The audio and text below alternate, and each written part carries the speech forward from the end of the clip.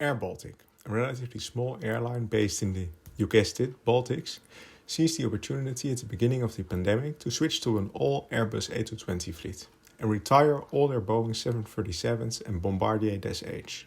Why did airBaltic make this switch, and were they able to do it? And how will they benefit from their all-Airbus A220 fleet? Let's talk aviation. airBaltic is an up-and-coming European airline based in Riga, Latvia, with secondary hubs in the two other Baltic countries, Estonia and Lithuania. First established as a joint venture between Scandinavian Airlines and the Latvian state in 1995. In the first years of the airline, they used a Saab SF340 aircraft with only 33 seats for its operations. In the years that followed, the airline grew enormously and the number of passengers increased from 218,000 in 2000 to 3.2 million a decade later. When we fast forward to 2011, Scandinavian Airlines have sold their shares and the company got in financial turmoil. This was also the year they achieved a record revenue of 327 million, a number they wouldn't beat in the years that followed.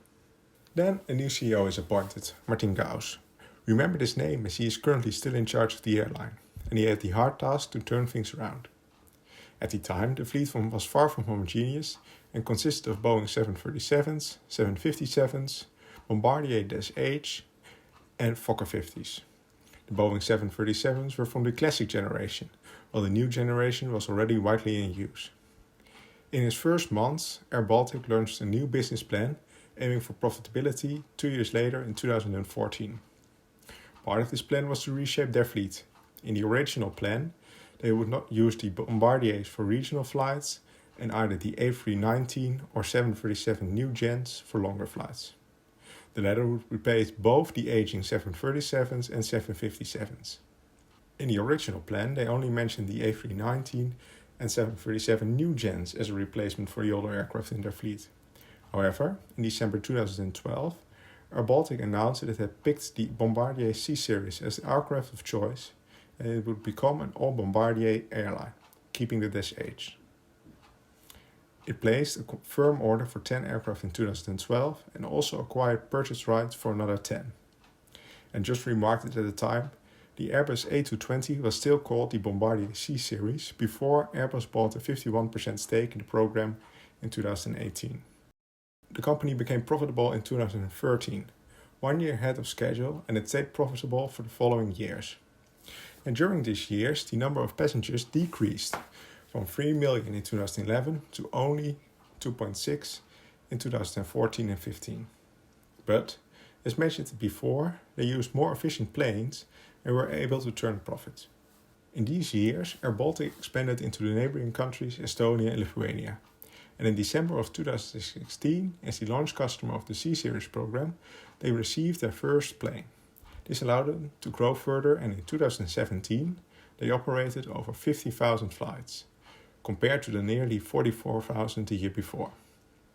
10 new routes were added to the network, and 2017 can be seen as the first year of the rise of the company. By the end of that year, they still operated a mix of 3 aircraft: Bombardier Dash 8, the C-Series and Boeing 737s. In the years that followed, the company kept growing, and in 2019, their number of flights had increased to over 62,000 for the year, and the number of routes had increased to nearly 90, compared to the only 60 a few years before. The airline had a bright future ahead. And during these years of growth, the fleet already changed quite a bit.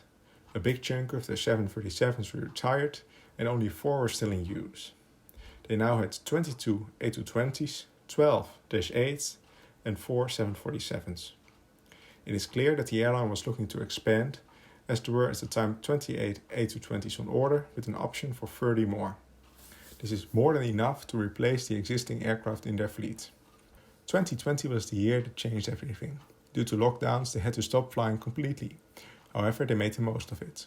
Quite quickly, it became clear that the demand for flying would be reduced for the near future, and this meant that they were able to retire their Dash 8s and 737s early, 3 years before their planned retirement in 2023.